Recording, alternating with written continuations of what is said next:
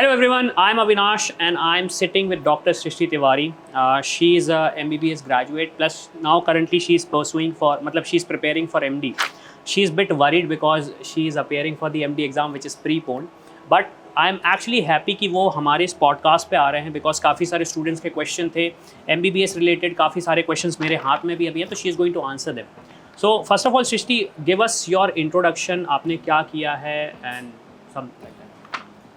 Okay, so I did my MBBS from People's Medical College, that is in Bhopal. That's a private medical college.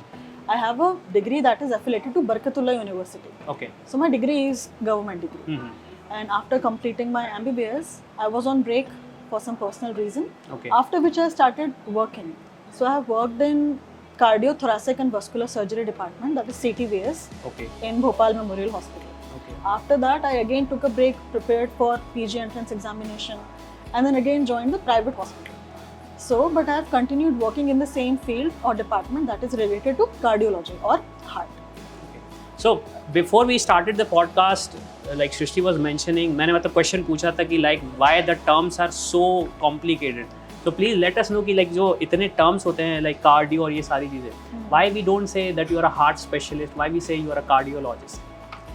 See, बहुत सारे, एक तो reason ये है कि degrees are different. When you say a cardiologist, that automatically means कि वो DM cardiology हैं. Okay. So DM is the super speciality degree. अगर आप कार्डियक सर्जन बोलते हैं तो वो डिग्री ही अलग है. That is MCH in cardiac surgery. So because of that cardiac surgeon is pronounced or called differently and cardiologist is pronounced or called differently. Okay. And you were mentioning that dead language होती है. Yes, so the terminologies जो medical में होते हैं वो इसलिए इतने complicated sound करते हैं because they are either Greek derived, mostly Greek derived. The entire medical terminologies are Greek derived. हम Hippocratic oath जो लेते हैं वो Hippocrates वो भी Greek mythology और उसी culture से लेते हैं. Okay. So the reason behind using this language is because it is a dead language and dead language means कि अब उसमें आगे further changes नहीं होंगे. And so whatever we study is going to remain that only. Okay. So these terms will not be changed. Okay. So like we discussed a lot of things, but मेरा एक question ये है कि like एक student जब अपनी journey start करता है तो मेजरली पेरेंट्स फोर्स करते हैं कि you should become a doctor. What was your reason कि I want to become a doctor and pursue MBBS? Okay, so a reason was a little personal. Okay. So when I was a kid, I was diagnosed to have some disease. Okay. And because of which I used to go to hospital quite frequently. And there I saw how dedicated all the doctors and all their staff was, including nurses and everybody. I saw how they behave. I saw how they take care of patients. So I was always attracted towards that profession. Ki I also want to be a doctor and treat people similarly. So that was my childhood motivation that I want to become a doctor only. Because I am the only doctor in the family. So there is no other doctor. I am the first generation doctor as you Okay. mentioned earlier. So I had my motive, and my parents never asked me or never told me to become a doctor. They was like, तुमको जो करना है तुम करो, बस अच्छे से करो. Okay. You are quite lucky enough कि like nobody said कि you should become a doctor. You decided yourself. Hopefully काफ़ी सारे स्टूडेंट्स के पेरेंट्स भी उन्हें फोर्स नहीं कर रहे होंगे. So एक उसके बाद मेरा क्वेश्चन ये कि लाइक अभी काफ़ी सारे स्टूडेंट्स ऐसे हैं जो कि सोच रहे हैं मेरा सपना है डॉक्टर बनने का. Now since you already are a doctor, you must have lived 3 ages of your life. Life before college you are preparing for doctor, life in the college की लाइक अब मैं पढ़ाई कर रही हूँ डॉक्टर बनने की, life after doctor. So like how different they were if you can tell us. They are extremely different. They are very Okay. different from each Okay. other. So the preparation phase of the PMT, that time when I was preparing, we used to give pre-medical tests. Okay. And they were different for government sector and they were different for private sector. So and they were different for each one for different state. Okay. So we used to give exams for all the states, जिसमें भी हमको देना है. So I appeared for many states, many exams, and finally settled for this college with my rank.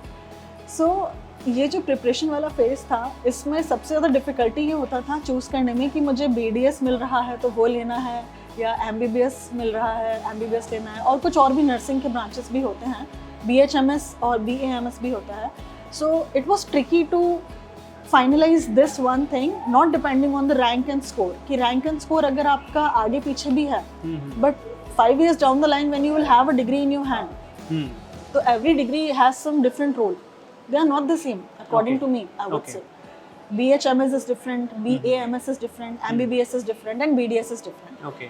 But अगर आप future और इनके like you said कि आगे हम कैसे, हाउ डू वी डिसाइड, सब अलग है। आपको ये डिसाइड करना पड़ेगा कि आपका बेसिक इंटरेस्ट कौन से ब्रांच की तरफ बढ़ रहा है, किस तरफ जा रहा है। ओके सो आपको थोड़ा पता होना चाहिए while you are preparing for entrance, you should have some basic idea कि BAMS is Bachelor in Homeopathic Medical Sciences and Ayurvedic Medical Sciences क्या है, what are these degrees and what they will offer you in future. So you should have some basic knowledge about what you will be able to do once you have that degree in your hand. Okay, so again I do understand you mentioned this point. So again the question is कि like so the process for the selection was bit different. तो आप college life में आप जाते हो तो like what changes there, because for different courses काफ़ी chill रहता है, like they do hackathon and they enjoy a lot of stuff, they roam around and do मतलब ये सारी चीज़ें करते हैं. How different it is like when you are a student who is pursuing MBBS? It is almost I think secluded, क्योंकि MBBS में जितना diversity of subjects and branches that we study 19 subjects throughout our MBBS, and we start with some subjects that are non-clinical, तो हम पहले सिर्फ college में पढ़ते हैं. Then we start with pre-clinical subjects, जिसके लिए हम कॉलेज में भी पढ़ते हैं और हॉस्पिटल में भी जाते हैं. By the end of MBBS हमारी सारी क्लासेस सब कुछ सिर्फ हॉस्पिटल में ही हो रहा होता है, कॉलेज से हमारा नाता बहुत कम हो जाता है. तो एक कॉलेज लाइफ चल भी रही होती है पर नहीं भी चल रही होती है, because you ultimately are not going to the college. Most of your clinical postings and branches are in hospital only. So this is how MBBS degree is different, because आपको सारे तरह का एक्सपीरियंस मिल जाएगा, college, hospital, it encompasses everything. Okay, and what after getting the MBBS degree, फिर life कैसी हो जाती है? ये आप पे डिपेंड करता है कि आप लाइफ में क्या करना चाह रहे हैं. बेसिकली बहुत सारे रास्ते हैं. After MBBS there are so many things that we can do. So सबसे पहला प्रेफर्ड ऑप्शन होता है पोस्ट ग्रेजुएशन करना. एंड पोस्ट ग्रेजुएशन के लिए अभी नीट PG, जैसे I am preparing for NEET PG. So that will give me either MD degree or MS degree or a diploma degree. Diploma is a diploma course, not a degree. So ये नहीं करना है तो आप CMSE Combined Medical Services Entrance देके government के लिए medical officer बन सकते हैं. आप अपने देश के किसी भी आर्मी, नेवी, एयरफोर्स में as a medical officer join कर सकते हैं. You will have to give another exam for that, you will have to clear that exam. Otherwise you can also just do some clinical courses which are not recognized, as in they will not value कि आपको उसकी अकेले खुद practice करने का मौका मिल जाए, but they will enhance you. Like there is American Heart Association, उनके कुछ कोर्सेज हैं और भी कुछ कोर्सेज हैं. Medversity आजकल ऑफर करता है.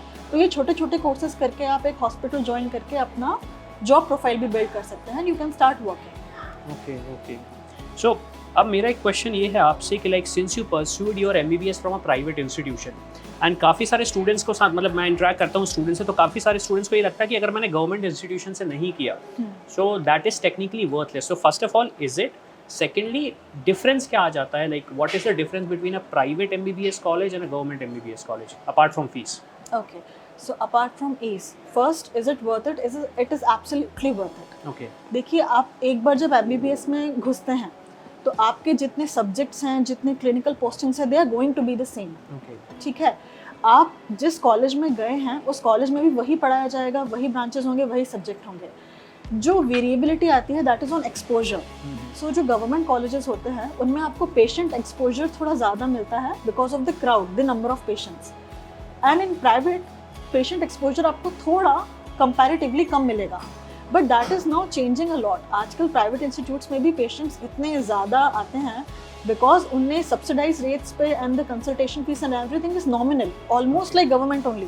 तो इसलिए वो वाला पॉइंट भी अब ऑलमोस्ट नेगेट हो गया है. Both the private institute and the government institute will offer you a tremendous patient load. तो डिफरेंस फिर कहाँ आता है? इफ़ यू से अपार्ट फ्रॉम फीस डिफरेंट आता है आपका लाइफ स्टाइल, आपका amenities, accommodation, आपका cultural interaction. So this is something जो थोड़ा different हो सकता है गवर्नमेंट कॉलेज से एक प्राइवेट कॉलेज में. And I'll give you an example. मैं एक स्टूडेंट से बात कर रहा था. I heard from them कि sometimes गवर्नमेंट इंस्टीट्यूशन में ये होता है कि जो टीचर्स रहते हैं उनके पास ही इतना ज़्यादा वर्कलोड होता है, कभी वो क्लासेस नहीं ले पाते. So is it a reality or मतलब is it something similar for private also? Like how different it is? See, there was a time, maybe a decade ago, जब ऐसा होता था. अभी रूल्स एंड रेगुलेशंस इतने स्ट्रिक्ट हो गए हैं कि जितने भी प्रोफेसर्स या लेक्चरर्स हैं जो हमारे लेक्चर्स लेंगे उनको डेडिकेटेड उसी के लिए they are paid, they are decided, they given a time table. So it's not like कि अगर उनका लेक्चर है तो उनको ओपीडी भी देखनी है, ओटी भी देखनी है, उस दिन उनका लेक्चर ही होगा. पहले सिस्टम इतना बिल्डअप नहीं था, या आप कह सकते हैं कि पेशेंट्स बहुत ज़्यादा थे, डॉक्टर्स बहुत कम थे, तो थोड़ा ओवरलैपिंग हो जाता था. पर अभी because of the rules that are laid by the government और प्राइवेट दोनों कॉलेजेस में एग्जैक्टली जो पैटर्न में सिलेबस कवर करना है वो वैसे ही होगा. So the tendency of you missing out on lectures और doctors not being available to give you lectures, that is a rare possibility now these days. So now doctor Srishti, मुझे आपसे एक चीज़ और ये पूछना है कि लाइक काफ़ी सारे पेरेंट्स भी देख रहे हैं इस पॉडकास्ट को. सो माय क्वेश्चन इज़ कि अगर मैं चाहता हूँ मेरा बेटा या बेटी डॉक्टर बने और मैं डॉक्टर नहीं हूँ, तो मुझे किस तरीके से मेंटली प्रिपेयर्ड रहना पड़ेगा, मुझे उसे कैसे मेंटली प्रिपेयर्ड करना पड़ेगा ताकि वो एक अच्छा डॉक्टर बन सके. और सेकेंड चीज़ ये है कि अगर मेरा सपना है कि नहीं उसे डॉक्टर ही बनाना है, but what are the symptoms जिसके बेसिस पे मैं बैकफुट हो जाऊँ ताकि वो उतना स्ट्रेसफुल ना ले उस चीज़ को. ओके, एक जो बेसिक पर्सनालिटी ट्रेट होता है, we all have our different personality traits, right? So if you see that your kid is really scared of blood, of getting injured, of displaying, you know, जैसे कि खून निकल रहा है देख के बेहोश हो गया बच्चा, तो अगर आपको लगता है कि छोटे में तो ठीक है लेकिन बड़े होते होते तक भी he is apprehensive or she is apprehensive towards the blood and towards if he gets really stressed or emotional in serious situations and conditions, तो आप थोड़ा सोच सकते हैं कि maybe that kid is not ready. I will not say not suited for, I will say not ready to pursue an MBBS career. क्योंकि आप जाते से ही इन फर्स्ट ईयर हमको डेड बॉडी के साथ डिसेक्शन हॉल में we have to dissect the whole body, तो बहुत सारे फर्स्ट क्लास में वहीं पे गिर जाते हैं. तो that is a very common thing that every medical student experiences when they are doing MBBS. तो it takes gradual exposure and time to build that mindset because we experience a lot of death, suffering, disease, pain, tears. So आप अगर बचपन से इन चीज़ों को inculcate नहीं कर सकते, बट अगर आपको लगता है कि आपके बच्चे बहुत ही इमोशनल हैं, तो it's better to pursue paramedical branches जिसमें आपको इतना ज़्यादा डेप्थ में ये सब एक्सपोजर नहीं मिलेगा आपके बच्चों को. लाइक फॉर एग्जांपल BDS और BAMS और BHMS.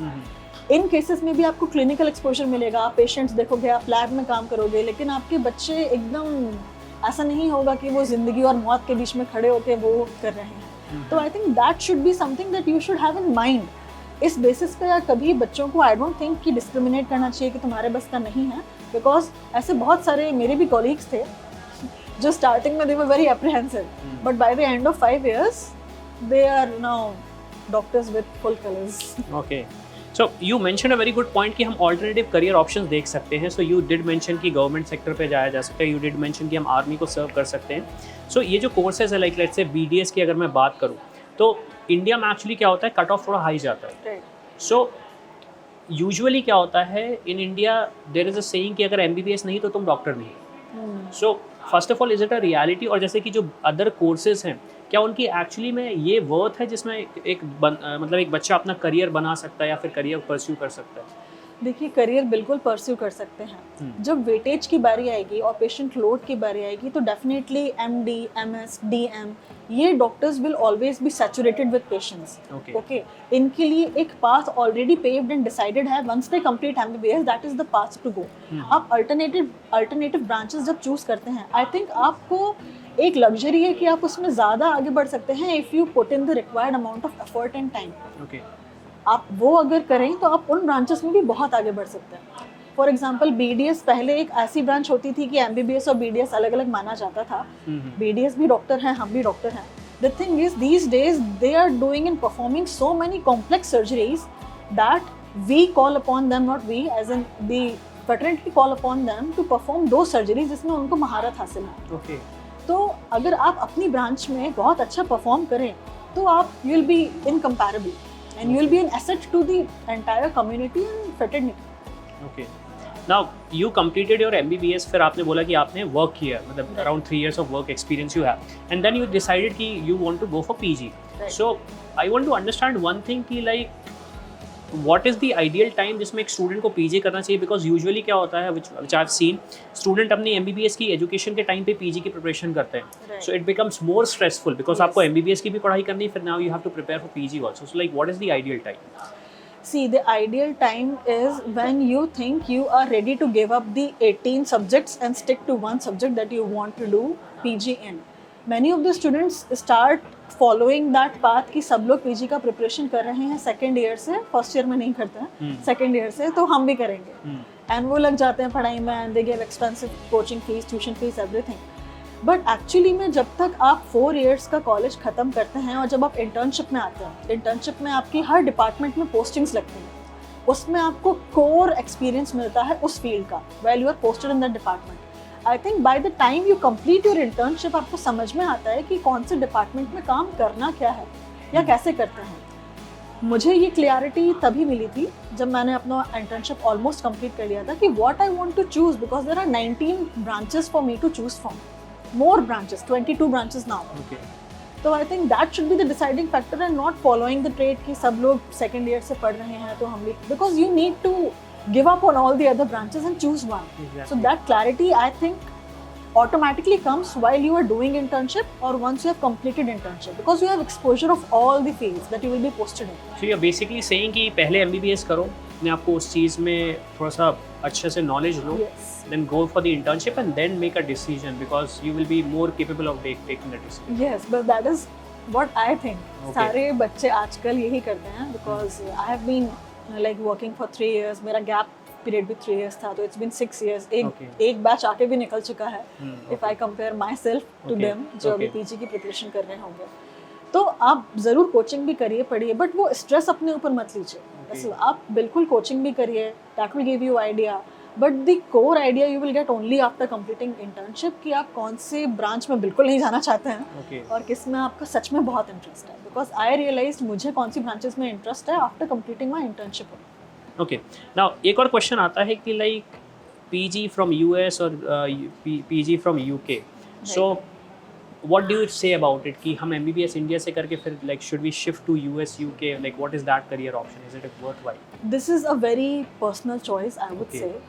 The reason behind this personal choice in most of the cases is the reservation system that we have in our country. So not going into the details of that because we are aware. Yeah. So the options we have is USMLE, that is United States Medical Licensing Examination. You can also go for AMC MCQ, that is for Australian, and then you can also go for PLAB, that will give you a license to work in UK. Yeah. Right. तो ये इनकी preparation अलग अलग तरह की है. These all exams are different. तो if you really want to move out of the country, it is better to start preparing from maybe 3rd year onwards and try to get the idea कि अगर आप USMLE देते हो कितना time लगता है, 2 step का है, आगे अपॉर्चुनिटीज़ क्या है, क्या आप वाकई में US में सेटल होना चाहते हैं.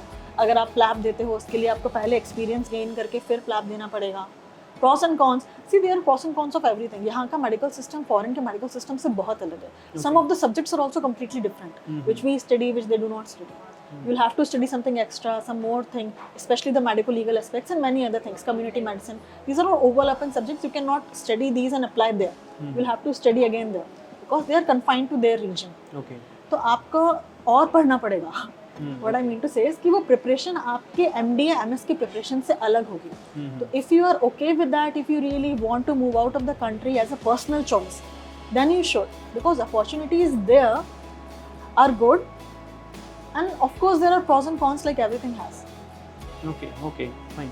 Now जब हमने ये क्वेश्चन पूछा तो लाइक ऑब्वियसली बात है, एक क्वेश्चन ये भी आता है कि लाइक एक जो स्टूडेंट ने बड़ा फनी क्वेश्चन पूछा है, मतलब I am going to read his question exactly. After MBBS life is set or not, मतलब you are enjoying your life or like what happens after MBBS? See, after MBBS life is set. I'll tell you why. Because एक doctor कभी भी भूखा नहीं मरता है. Doctor always gets a job, doctor always gets a decent salary. आप कहीं भी जाइए, आप किसी भी गवर्नमेंट में जाइए, आप प्राइवेट में जाइए, आप अपने आप को हमेशा इन अर्निंग कैपेसिटी दूसरों से थोड़ा ऊपर ही पाएंगे. And that is like what I say, your hard work is paid off. अब आप डॉक्टर बन गए हैं, आपको एक आराम से एक decent life you can live. Now it depends कि आपको आगे क्या करना है. आप सिर्फ MBBS रह के भी, like I practiced for 3 years, if you want you can just be MBBS, do some additional courses and start practicing. आपको कोई रोक नहीं सकता, आप अपना क्लिनिक भी सेट कर सकते हैं. तो बेसिकली लाइफ MBBS के बाद ईजी ही है, डिपेंड करता है आप क्या करना चाहते हैं और आप कितनी डिफिकल्टीज फेस करना चाहते हैं. Okay okay, that's funny. Now एक मेरा क्वेश्चन ये भी है कि लाइक आई हैव सीन काफ़ी सारे स्टूडेंट्स का भी कहना रहता है, लाइक दे आस्क कि MBBS में ऐसा रहता है कि लाइक 70 आवर वर्क वीक रहता है, अराउंड 80 आवर वर्क वीक रहता है. So is it a reality या फिर ये थोड़ा सा डिफरेंट है कि like it also depends upon the personal choice कि लाइक मैं कितना काम करना चाहता हूँ, like how that happens? Okay, so the sad reality in the field currently is that even though government has put some hours, अभी भी उसका चल रहा है, I think it is in news, अभी पास नहीं हुआ है that the hours are fixed. So we do not have fixed working hours while working, I am saying. जब आप student हैं तो आपके ऊपर ऐसी कोई restriction ही नहीं रहेगी, आपको काम करना ही है. It's Okay. not like that. Interns, जब आप 4th year पास करके internship करते हो तो आप interns का एक time होता है, interns उतने ही time hospital में रहता है. Okay. But when you are working, then it's not about time at all. आप जब तक हाँ पेशेंट आ रहे हैं तब तक. हाँ मतलब यूजुअली बिकॉज आप OPD का टाइम डिसाइड कर सकते हैं कि 10 बजे से 4 बजे तक है, बट वहाँ पे काम खत्म नहीं होता है एक डॉक्टर का, because then there are ward, then there is ICU, then there is your general ward और इमरजेंसी केसेस और OPD और some references that you are seeing. तो काम खत्म नहीं होता है, तो Okay. हमेशा समय की कमी तो रहती है. So do doctors get Sunday off? Very interesting question.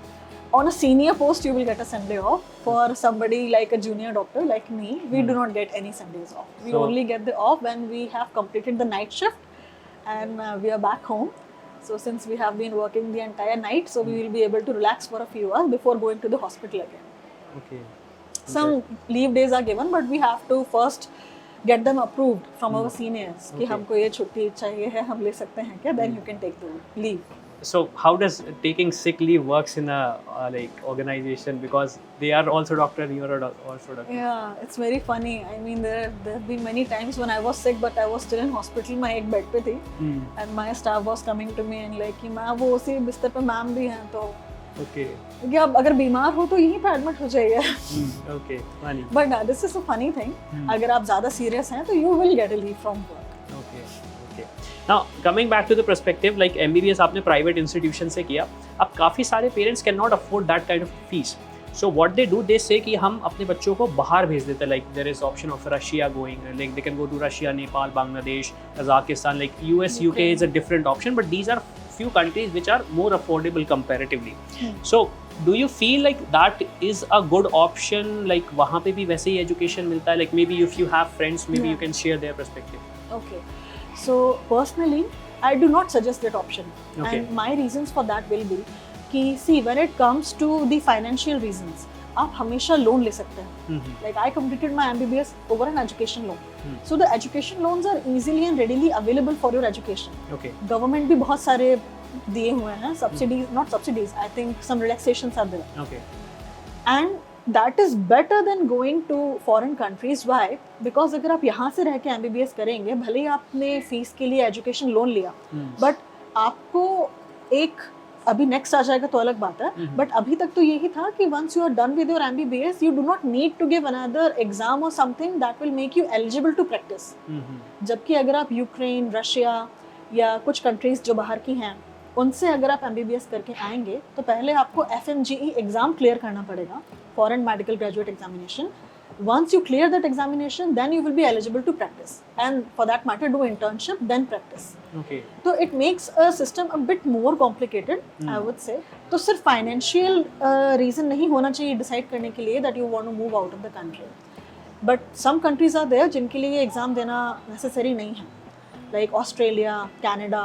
अगर आप यहाँ से कहीं से MBBS कर रहे हैं तो फिर आपको FMGE exam नहीं देना है. तो but then again they will be more costly. The education is more costly. Okay. Okay. So I have two final questions for you. First of all, if it was not MBBS, what else would you have done? आप क्या करते? If not for MBBS, I think I would have pursued my education in psychology. Okay. Because ultimately that would also have given me clinical exposure and Okay. treating patients and being connected to people directly. Okay.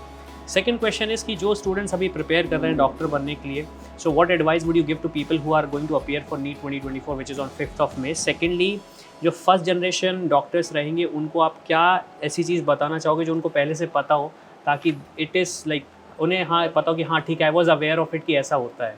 Okay, this is a very interesting question because I am a first generation doctor in my family. तो बहुत सारी चीज़ें मेरी family को as a shock लगी. जब मैं first year में we like when we go to library we are issued books. तो ऐसे ही हम बोन्स इशू करवा सकते हैं. तो we can bring the bones home. Okay, so if there is no doctor in your family you need to tell your parents कि मैं हड्डियाँ घर पे लाना या इन सब चीज़ों से कोई आपत्ति ना हो. And then there are many sensitive topics जो that revolves around our life which may be families are like ये क्या हो रहा है, हम तो इसके लिए प्रिपेयर नहीं थे कि बच्चे ऐसा कर रहे होंगे. बिकॉज आप डिसेक्शन करते हैं फर्स्ट ईयर में. फर्स्ट ईयर आपको बहुत सारे एक्सपोजर्स देता है. एंड अगर आपके एथिकल मॉरल वैल्यूज़ आपके फैमिली को ये नहीं पता है कि आप ये सब करने वाले हैं या आप हड्डियाँ लाने वाले हैं, तो बहुत सारी फनी चीज़ें हो सकती हैं. तो as a first generation doctor it will be very interesting I would say, जो भी प्रिपेयर कर रहे हैं. और जो नहीं है उनको ऑलरेडी पता होगा कि एक डॉक्टर का लाइफ कैसा होता है. Also I think one of the most important factors that even my family realise कि ये ऑफ नहीं मिलना या बहुत कम लीव्स मिलना या वर्किंग आवर्स कुछ भी रहना, अलग अलग शिफ्ट्स में काम करना, morning shift, evening shift, afternoon shift, night shift. अगर आपका कल्चरल या आपको नहीं लगता है कि your parents will be on with you, मतलब will be with you on this page कि आप रात भर काम कर रहे हैं, तो see I know this all this comes from an orthodox point of view. But अगर आपको लगता है कि you are going to be the first doctor in your family and this can be factors that can affect your preparation of future, then maybe you should first think कि एक life जो होती है MBBS की करते time भी और बाद भी नॉर्मल सिविलियन से थोड़ा सा, सिविलियंस ने नॉर्मल लोगों से थोड़ा अलग रहता है in context of exposure, the way you work. And आप अगर पोस्टमार्टम अटेंड करके आ रहे हैं घर पे और फिर आप पे जल छिड़का जा रहा है, there can be many things. So as a first generation doctor it will be very interesting I would say. My experience as a first generation doctor has been interesting. So to the parents who are watching this, like in case if अगर आपका बच्चा एक हड्डी लेके आता है तो that means that was like assign हुई है, लाइब्रेरी से ली गई वो हड्डी. ऐसा नहीं कि वो कहीं से उठा के लेके आ गया है. So the final question is the students who are preparing for NEET, any word of advice you want to give? See, I would like to give only one advice कि आप ये कभी मत सोचिएगा कि आपका फिजिक्स, केमिस्ट्री, बायो यहाँ पे ख़त्म हो जाएगा. Biochemistry is a subject in itself. Nuclear medicine, physiology has a lot of physics. So the entire 19 subjects that we study throughout the MBBS has a lot of physics and chemistry. तो अगर आप ये सोच रहे हैं कि आपको एकदम इन सब चीज़ों से आप छूट जाएंगे और फिर आगे आपको नहीं पढ़ना पड़ेगा, it's not at all like that. A lot of biochemistry and chemistry is gonna come. Physics, numericals are gonna come. So you're gonna take all that into your stream. Being a doctor means calculating doses, being able to make quick decisions. So a lot of physics and chemistry is always inculcated in the course. Botany और zoo छूट सकता है, but बाकी आप सब लेके आएंगे, तो be prepared for that. मतलब don't throw away your books. Don't throw away your books. At least until you complete your first year. Because first year subjects are overlapping. अच्छा. तो that is why अपनी books रखिए. And be prepared कि बाद में अच्छा लगेगा देख के कि हमने ये पढ़ा था या हमको अभी फर्स्ट ईयर में भी काम आ रहा है. In human physiology and biochemistry हमको वो वाला बुक काम आ रहा है, तो बहुत अच्छा लगता है कि सिर्फ PMT देख के ख़त्म नहीं हुआ. मैं उसको अपने फर्स्ट ईयर में भी I am referring to those books again for some sections. It really feels nice. So thank you doctor Srishti, आपने काफ़ी सारी ऐसी चीज़ें बताई विच आई फील कि स्टूडेंट्स को यूट्यूब पे नहीं दिखती होंगी. आई होप कि इस पॉडकास्ट के through they are able to learn it. So thank you very much. Thank you for having me. I hope you like this video. For more such videos, keep watching our channel and do not forget to like, share and subscribe.